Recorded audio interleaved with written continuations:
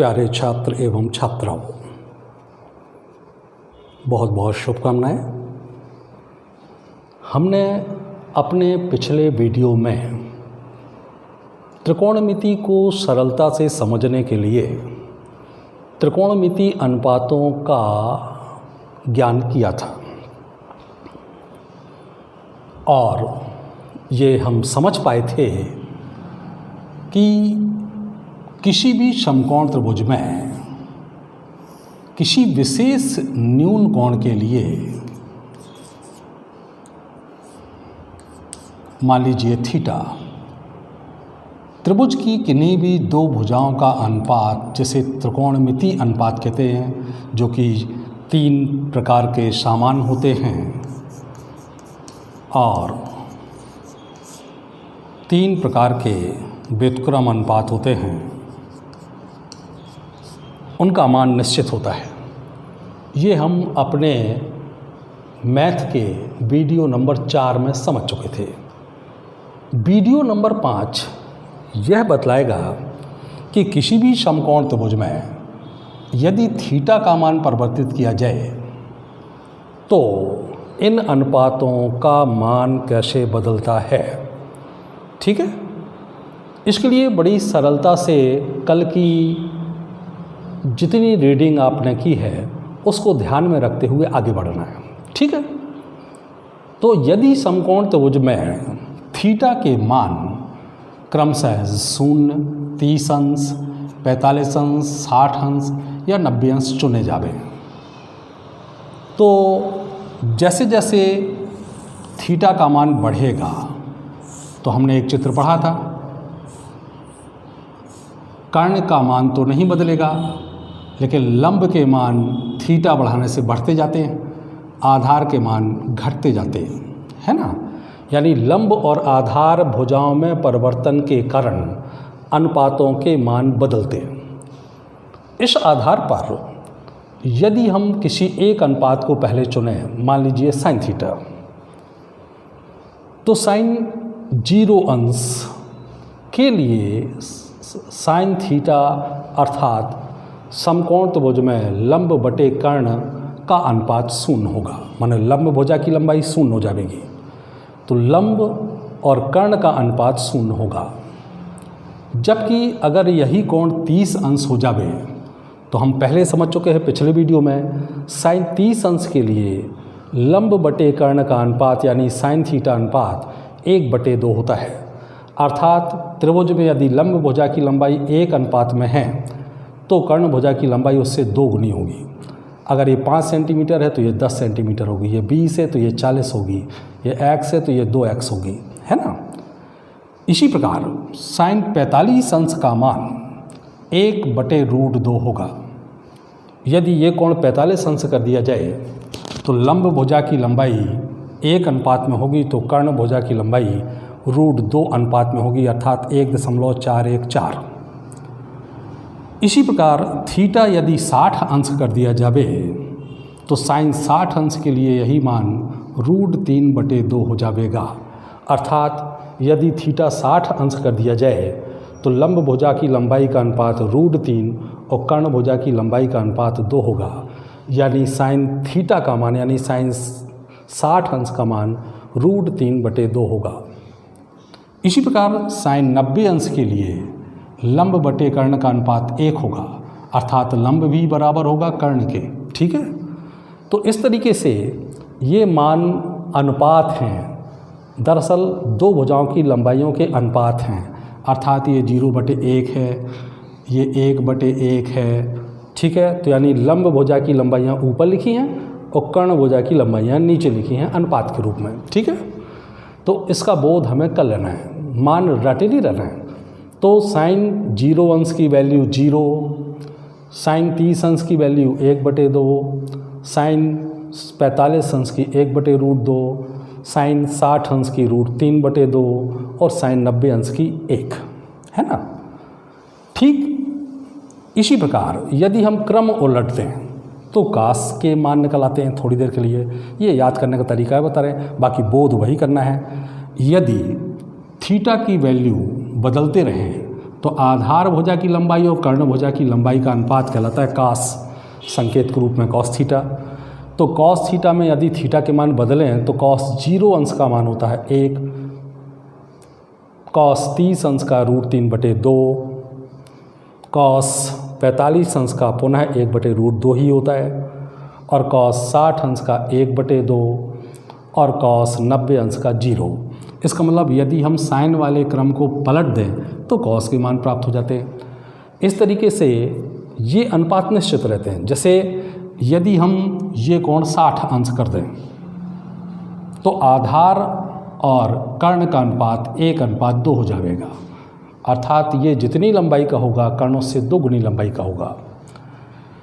इसी प्रकार tan theta, तो हमें ये मालूम है tan थीटा बराबर, अभी हम त्रिकोणमिति अनुपातों के संबंध पढ़ चुके हैं पिछले वीडियो में।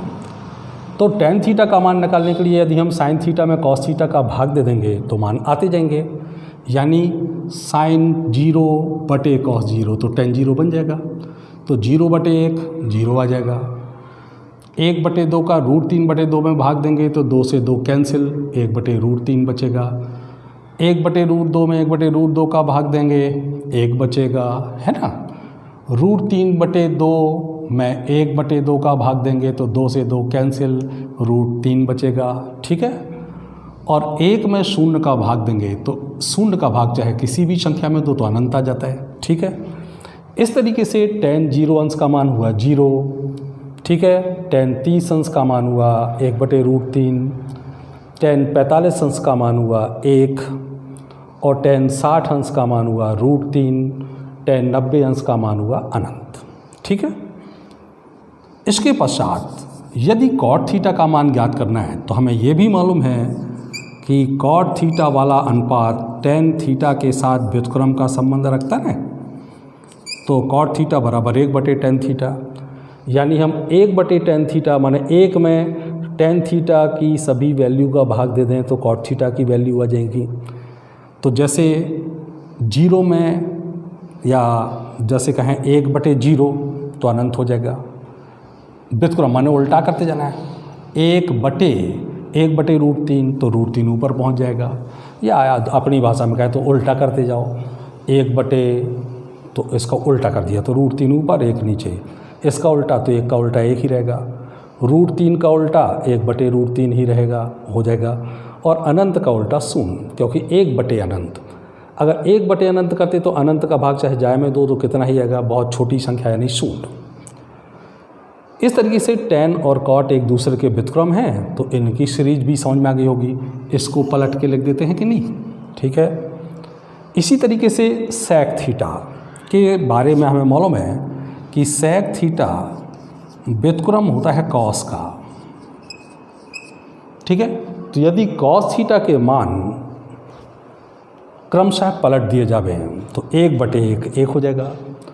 √3/2 का व्युत्क्रम या उल्टा 2/√3 हो जाएगा। 1/√2 का √2 हो जाएगा। 1/2 का 2 और 1/0 का अनंत हो जाएगा। इस प्रकार sec 0 अंश हुआ 1, जो कि cos 0 का उल्टा है। sec 30 अंश हुआ 2/√3, जो cos 30 अंश का उल्टा है। इसी प्रकार sec 45 अंश √2, sec 60 अंश 2 और sec 90 अंश अनंत।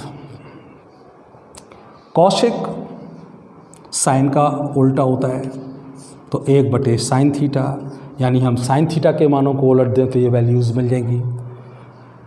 तो 1/0 तो अनंत हो जाएगा, 1/2 का उल्टा तो 2 हो जाएगा, 1/√2 का उल्टा √2 हो जाएगा, √3/2 का उल्टा 2/√3 हो जाएगा, और 1 का उल्टा 1/1 यानी 1 ही हो जाएगा, ठीक है।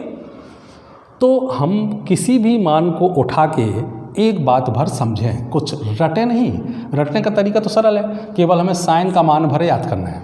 साइन की एक सीरीज याद रखी अगर अपन ने तो बाकी सबको समझ में आता है। साइन का क्रम उलट दो तो कास की वैल्यूज़ आ जाती हैं, साइन में कॉस का भाग दे दो तो टेन की वैल्यूज़ आ जाती हैं, ठीक है। इनको उलट दो तो कॉट की वैल्यूज़ आ जाती हैं, ठीक है। कास को उलट दो तो सेक की वैल्यूज आ जाती हैं, है ना, क्रम उलट दे रहे हैं। साइन की वैल्यूज उलट दो तो कॉसेक की आ जाती हैं। तो ये तो याद करने का ढंग हो गया, लेकिन बोध वही करना, जैसा हमने कहा था ना कि यदि साइन 30 अंश है तो हमारे मन में ये होना चाहिए कि समकोण त्रिभुज में अगर थीटा बराबर 30 अंश हो न्यून कोण, तो लंब भुजा की लंबाई, साइन यानी लंब भुजा की लंबाई और कर्ण भुजा की लंबाई का अनुपात होगा 1:2।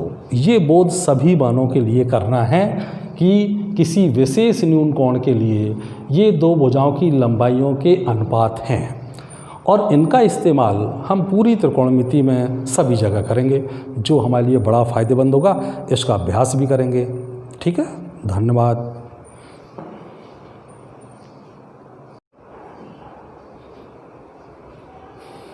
प्यारे छात्र एवं छात्राओं,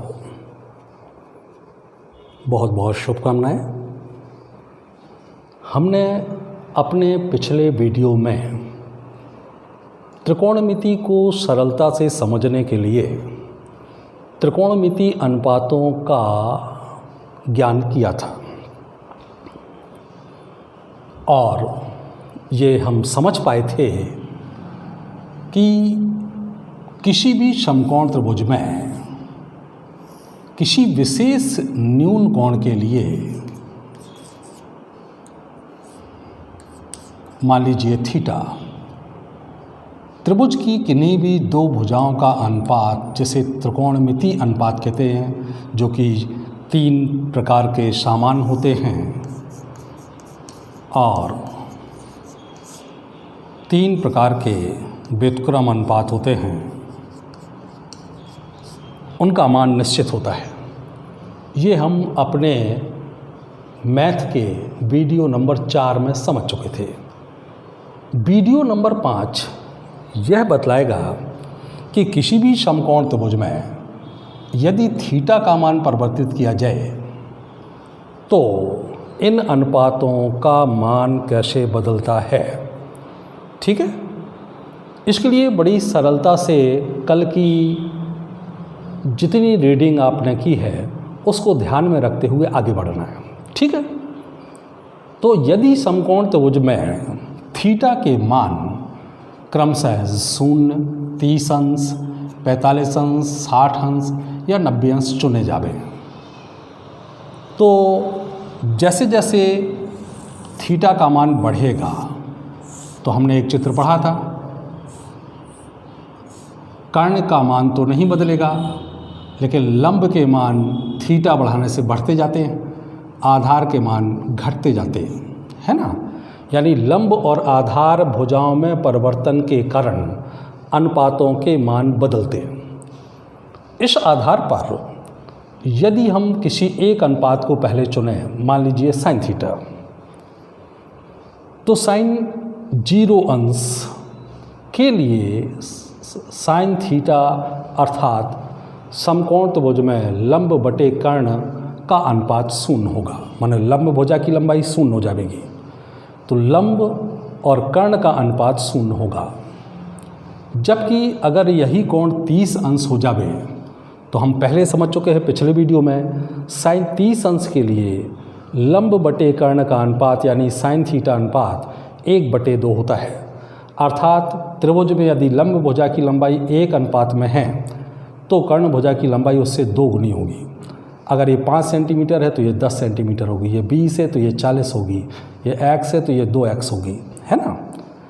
इसी प्रकार साइन 45 अंश का मान 1/√2 होगा।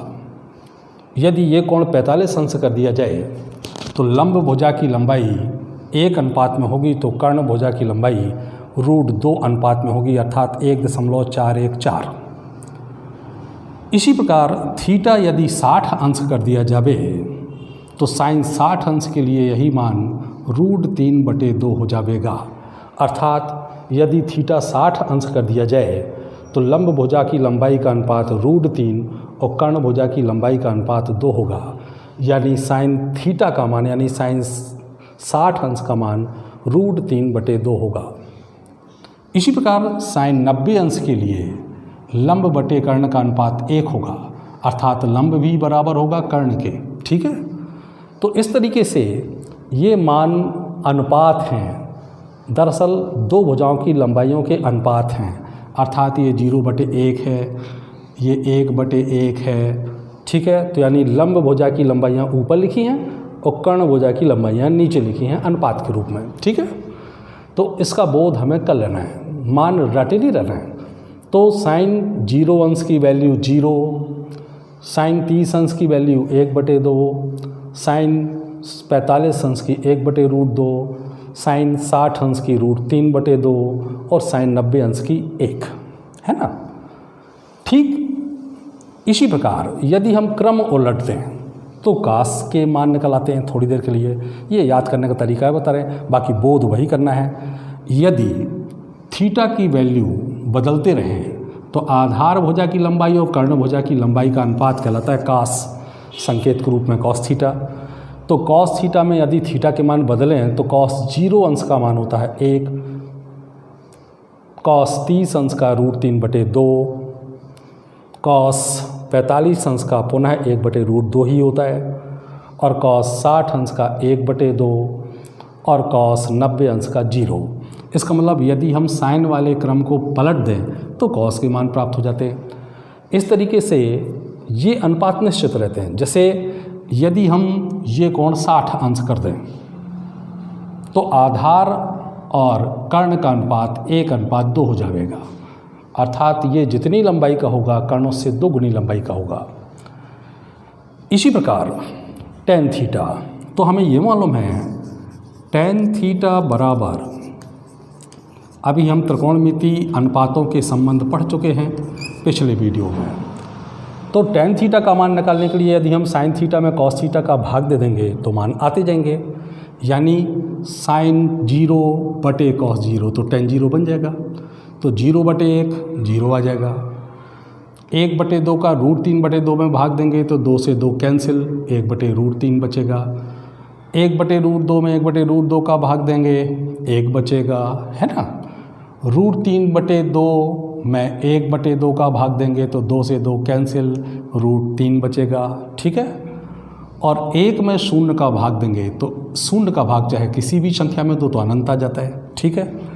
इस तरीके से tan 0 अंश का मान हुआ 0, ठीक है। tan 30 अंश का मान हुआ 1/√3, tan 45 अंश का मान हुआ 1 और tan 60 अंश का मान हुआ √3, tan 90 अंश का मान हुआ अनंत, ठीक है। इसके पश्चात यदि cot थीटा का मान ज्ञात करना है तो हमें यह भी मालूम है कि cot थीटा वाला अनुपात tan थीटा के साथ व्युत्क्रम का संबंध रखता है। तो cot थीटा बराबर 1/tan थीटा, यानी हम 1/tan थीटा माने 1 में tan थीटा की सभी वैल्यू का भाग दे दें तो cot थीटा की वैल्यू आ जाएगी। तो जैसे 0 में या जैसे कहें 1/0 तो अनंत हो जाएगा। व्युत्क्रम माने उल्टा करते जाना है, 1/√3 तो √3 ऊपर पहुंच जाएगा, या अपनी भाषा में कहें तो उल्टा करते जाओ, 1 तो इसका उल्टा कर दिया तो √3 ऊपर 1 नीचे, इसका उल्टा तो 1 का उल्टा 1 ही रहेगा, √3 का उल्टा 1/√3 ही रहेगा, हो जाएगा। और अनंत का उल्टा 0, क्योंकि 1/अनंत, अगर 1/अनंत करते तो अनंत का भाग चाहे जाए में 2 तो कितना ही आएगा, बहुत छोटी संख्या यानी 0। इस तरीके से tan और cot एक दूसरे के व्युत्क्रम हैं, तो इनकी सीरीज भी समझ में आ गई होगी। इसको पलट के लिख देते हैं कि नहीं, ठीक है। इसी तरीके से sec थीटा के बारे में हमें मालूम है कि sec थीटा व्युत्क्रम होता है cos का, ठीक है। तो यदि cos थीटा के मान क्रमशः पलट दिए जावे तो 1/1 1 हो जाएगा, √3/2 का व्युत्क्रम या उल्टा 2/√3 हो जाएगा, 1/√2 का √2 हो जाएगा, 1/2 का 2 और 1/0 का अनंत हो जाएगा। इस प्रकार sec 0 अंश हुआ 1 जो कि cos 0 का उल्टा है। sec 30 अंश हुआ 2/√3 जो cos 30 अंश का उल्टा है। इसी प्रकार sec 45 अंश √2, sec 60 अंश 2 और sec 90 अंश अनंत। कौशिक साइन का उल्टा होता है तो 1/sin थीटा, यानी हम sin थीटा के मानों को उलट दें तो ये वैल्यूज़ मिल जाएंगी। तो 1/0 तो अनंत हो जाएगा, 1/2 का उल्टा तो 2 हो जाएगा, 1/√2 का उल्टा √2 हो जाएगा, √3/2 का उल्टा 2/√3 हो जाएगा, और 1 का उल्टा 1/1 यानी 1 ही हो जाएगा। ठीक है, तो हम किसी भी मान को उठा के एक बात भर समझें, कुछ रटे नहीं। रटने का तरीका तो सरल है, केवल हमें साइन का मान भर याद करना है। साइन की एक सीरीज याद रखी अगर अपन ने तो बाकी सबको समझ में आता है। साइन का क्रम उलट दो तो कास की वैल्यूज आ जाती है, साइन में कॉस का भाग दे दो तो टेन की वैल्यूज आ जाती हैं। ठीक है, इनको उलट दो तो कॉट की वैल्यूज आ जाती हैं। ठीक है, कास को उलट दो तो सेक की वैल्यूज आ जाती हैं, है ना, क्रम उलट दे रहे हैं। साइन की वैल्यूज उलट दो तो कॉसेक की आ जाती हैं। तो ये तो याद करने का ढंग हो गया, लेकिन बोध वही करना, जैसा हमने कहा था ना कि यदि साइन 30 अंश है तो हमारे मन में ये होना चाहिए कि समकोण त्रिभुज में अगर थीटा बराबर 30 अंश हो न्यून कोण, तो लंब भुजा की लंबाई, साइन यानी लंब भुजा की लंबाई और कर्ण भुजा की लंबाई का अनुपात होगा 1:2। ये बोध सभी मानों के लिए करना है कि किसी विशेष न्यून कोण के लिए ये दो भुजाओं की लंबाइयों के अनुपात हैं, और इनका इस्तेमाल हम पूरी त्रिकोणमिति में सभी जगह करेंगे, जो हमारे लिए बड़ा फ़ायदेमंद होगा। इसका अभ्यास भी करेंगे। ठीक है, धन्यवाद।